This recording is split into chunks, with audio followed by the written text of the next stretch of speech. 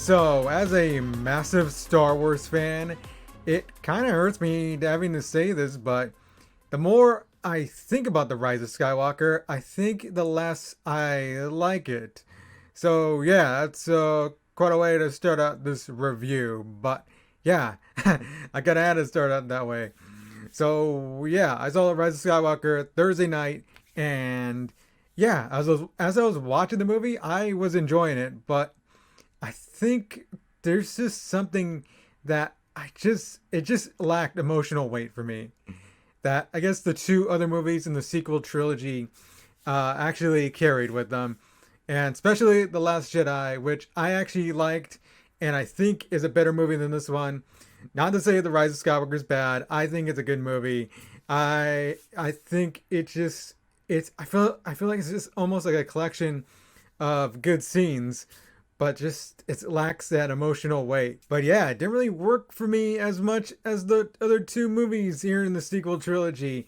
So yeah, there's some problems I did have with it, but I'm gonna start my rating first. I am gonna give Rise of Skywalker a 7 out of 10, and yeah, I was actually thinking 7.5 when I kind of came out of it last night, and then today I was kind of thinking I'm gonna go 7 out of 10 on this one because yeah, it's a good movie, but it just oh man, I don't know.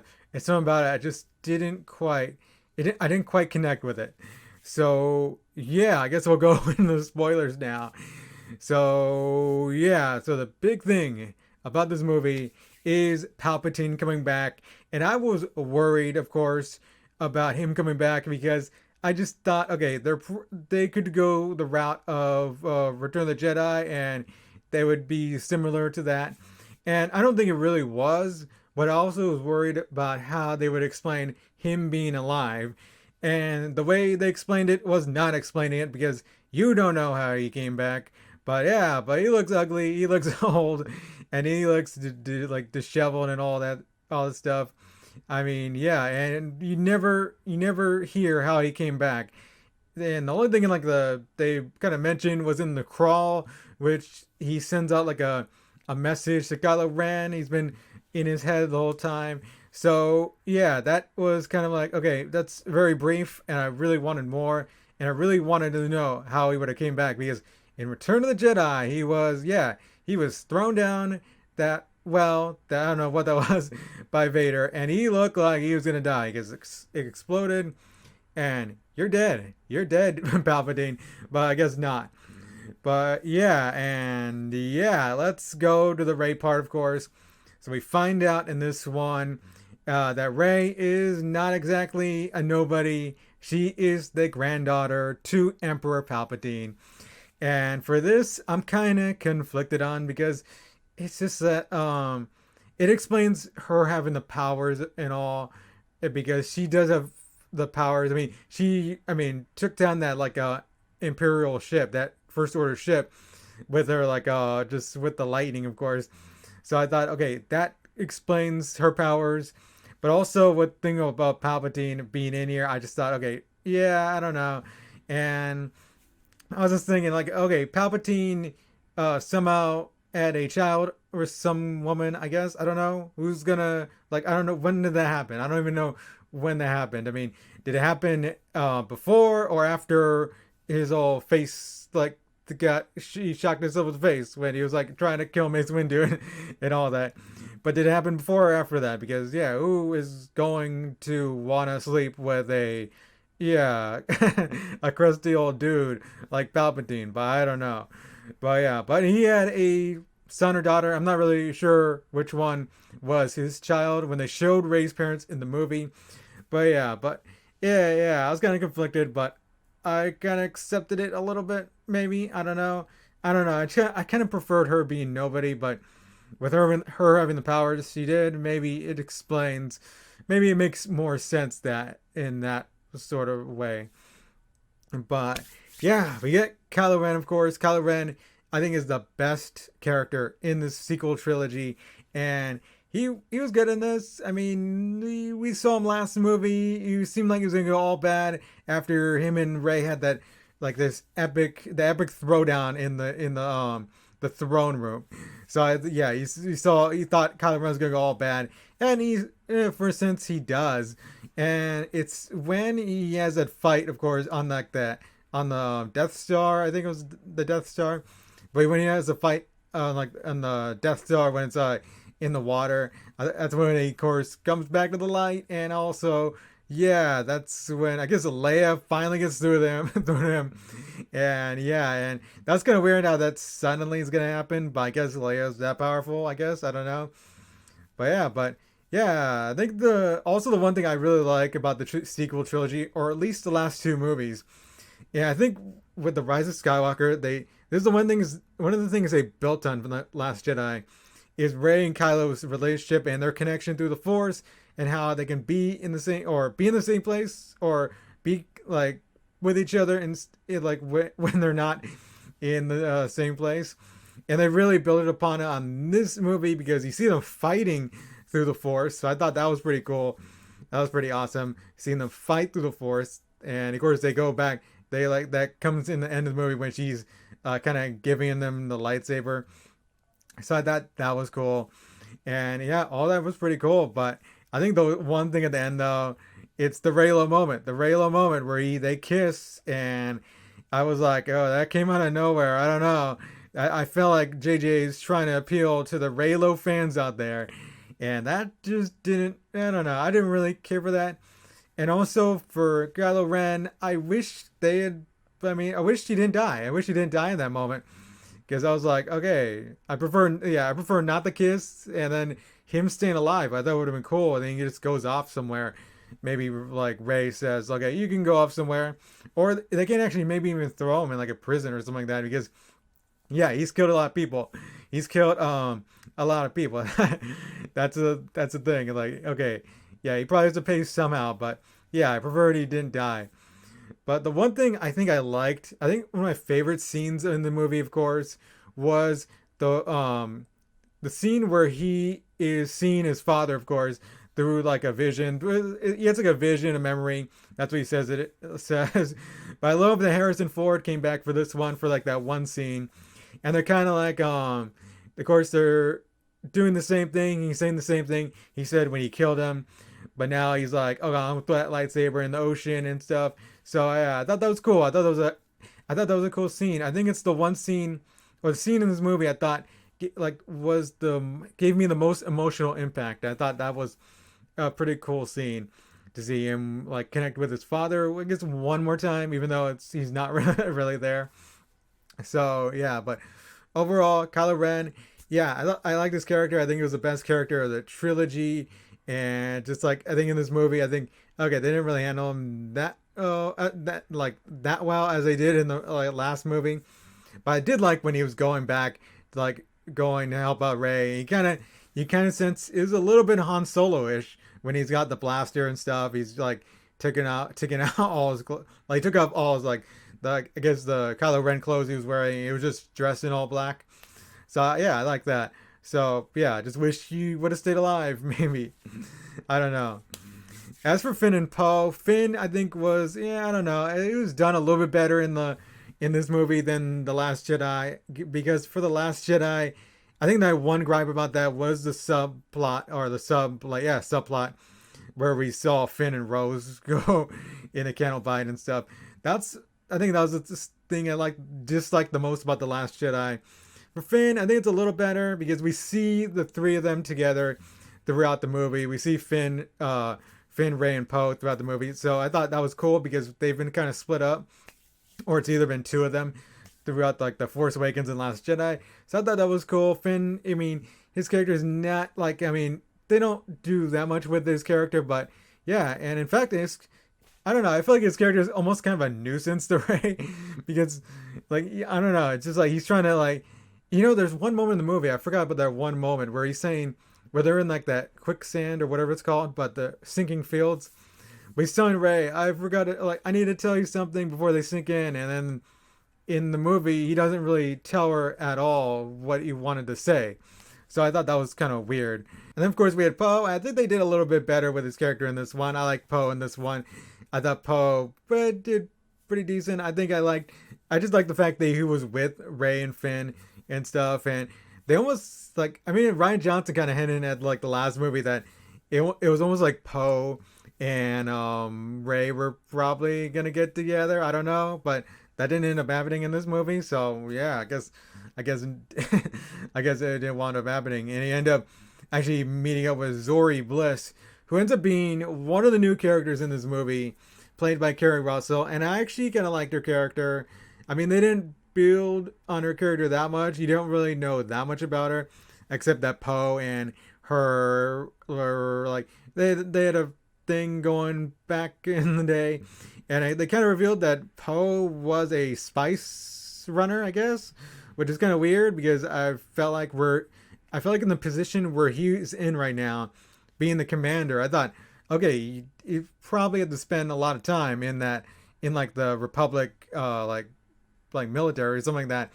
To him, but for him being a spice runner at a young age and then hopping into like the Republic military, I thought, okay, that's kind of weird, but I guess it's kind of, I guess it's kind of cool. They kind of compare him to Han Solo, and I feel like they were trying to make Poe a little Han Solo-ish in this movie too, with him piloting the Falcon. But yeah, we don't see much as like it was Dory Bliss. We only see her that part where they're on that planet when they're trying to like fix C-3PO, or they're trying to help him translate this Sith thing on the knife, of course. So yeah, but and then of course she comes back, which was like, okay, I felt like that should have hit harder, but it didn't. But yeah, but I think Carrie Russell did a pretty good job, and she didn't even take off the mask. It was kind of like Mandalorian-ish with Zori Bliss. You can really see her. You saw her eyes at one moment, but you didn't see her whole face. Of course, when they were doing that thing with C-3PO, they had that little character Babu Frick who was actually doing it. He was kind of funny. He was like a funny little guy. So I thought, okay, it was pretty cool. I like that. And then of course Lando was in the movie. Of course, we saw him in the brief moment when he's helping them out on that planet. And I thought, okay, that's cool. And then he comes back later to help out with the rebellion and the resistance, whatever you want to call it. But I thought, yeah, Lando's pretty good in the movie. I thought, okay, finally we got him in, and he's pretty good. I liked him. I mean, yeah, I was kind of hoping he was in the past two movies, but to have him in this one's pretty cool as well. And then we have the new droid, Dio. Dio is the new droid in this movie. But I thought, okay, Dio's pretty cool as well. I liked him. I mean, I was kind of worried about having too many droids in this movie, but Dio's a pretty good one. So I thought Dio was pretty cool. Jana was a character later in the movie, of course, where we see her on the horses, of course, and she's with a kind of a group of former stormtroopers like Finn, who kind of defected from the First Order. Which, okay, that's interesting, but we didn't really know that much about Jana in this movie. I mean, the actress I think did a good job, but I thought, okay, Jana was like, okay, you didn't really know anything about her, but she's kind of riding with Finn in the battle at the end of the movie. So yeah, and then we got that weird moment at the end where she's talking to Lando, and Lando's kind of inviting her to, I don't know. I felt kind of weird watching that because I felt like Lando was kind of hitting on her, but I'm not quite sure, or maybe they were kind of signaling maybe they're related. I'm not too sure, but that's kind of a weird moment for me. And yeah, but yeah, and then of course the one person I did not mention at all yet is Luke, of course, because of course Ray goes back to the island that he was on Arc 2, I think Arc 2, I think I forgot what the planet was called. But of course she's burning that TIE fighter, and she's throwing the lightsaber into the fire, and then Luke saves it, of course. So I thought, okay, it's cool to see Luke as a Force ghost. It's just like, okay, meh, I don't know. I feel like Mark Hamill didn't like for this. He didn't really give as good of a performance. I know it's brief, but it just wasn't as good as his performance in The Last Jedi. So yeah, whatever. I guess it's cool seeing Luke as a Force ghost. And it's cool seeing all three characters in the movie because we saw Luke, Han, and Leia even for the brief moment they were in. And of course, Leia. I forgot to mention Leia in this one. So of course, fortunately, of course, Carrie Fisher passed away a couple years ago. So they used footage from The Force Awakens for this one, and I think it worked. I mean, you can tell they're kind of working around it with the dialogue, but it worked out. I think what they did was really good, giving the circumstances of this, and they really, I think, it gave Leia a good sending off point in this one with her kind of getting through to Kylo Ren. So I thought that was cool as well. And I think I'm going to the end of the movie where Rey is kind of she buries the two lightsabers, and of course Leia all of a sudden has a lightsaber, and they had that flashback, of course, where Luke and Leia are training. So yeah, but to that moment she was burying the lightsabers, I kind of wish Kylo Ren, I like when I said I thought okay, I wish he would have been alive at the end of the movie. I wish Rey and Kylo Ren would have gone there and buried the lightsabers, and then Ren would have went off somewhere. I don't know, but I don't. That's a wishful thinking on my part. But I thought that would have been cool. Them seeing the Force ghosts of Luke and Leia would have been pretty cool as well. But I guess yeah, I don't know. It just didn't pan out that way, I guess. But whatever. It was a cool moment, of course. See the Force ghost, and then that was pretty like all right way to end it with her looking at the two suns. So yeah, that was the end of the movie, of course. But there's some just bizarre moments in this one. I mean, Hux being the spy. I mean, I was kind of like, really? I mean, I don't know. I kind of like liked it at first, but when he said like, I don't care if you win or lose. I just like I want Kylo Ren to lose, of course. And I was kind of thinking, oh man, I don't know. Just like he just seems like a jealous little prick right there, right there. I wish the Hux would have actually been like, I don't like what the First Order is doing, so I'm betraying them because I want to be part of the Resistance, and I thought that would have been a better move. I mean, and then of course Hux dies when he's like, what's his name, like the actor that plays that new First Order officer, what's his name, Richard E. Grant. So yeah, he just shoots him point blank. But I thought, kind of a. I mean, Hux was kind of the worst character in the new trilogy, and so it's kind of like a yeah, it's kind of a bitch way for him to go out. Also, Rose. Rose was a big part of The Last Jedi, and she got the shaft in this one. I felt like J.J. Abrams didn't even want to use her, but since she was in The Last Jedi, he's just like put her to the side or something like that. So she got the Jar Jar pretty much in this one. And yeah, I didn't really care for her character in The Last Jedi. I don't think it's the actress' fault. I think Kelly Marie Tran is pretty good. It's just like maybe the character wasn't written that great in the Last Jedi. But yeah, just they didn't really use her. I thought okay, that was kind of I don't know. I didn't really like that at all. That Rose didn't get much of it. But there are a lot of characters in this movie. So I mean, Maz Kanata's in it too. So and she's at their like at their rebel base. So yeah, but yeah, just kind of like okay, they gave Rose a pretty good role in The Last Jedi. Or at least Ryan Johnson did. I thought okay, this one maybe could have maybe had more of her, but I guess not. Whatever. And with the Force healing, I mean, if you're looking for one connection from The Mandalorian to The Last Jedi, we got the Force healing in this one. That of course Yoda did to Baby Yoda did to Grief Karga in The Mandalorian. But that's pretty crazy. I don't know. I guess they line it up that way because The Mandalorian was like the day before. But yeah, it was kind of like, it was crazy seeing the Force healing, of course, that Leia or Rey did. But I think they did it too much in this movie. I don't know. It didn't seem as special. I think because she did it on that like snake-like animal in that cave. And it was like, okay, that's cool. But then she did the Kylo Ren. And I thought maybe they could have held off and maybe did it with her to Kylo Ren later in the movie, because I thought that would have been it just would have like I guess it would have hit me more in that moment. So I thought, okay, I kind of almost knew that she was gonna do it because yeah, of course they can't really kill off Kylo Ren like that with him just like stopping the fight because Leia got to him and then she just stabs him.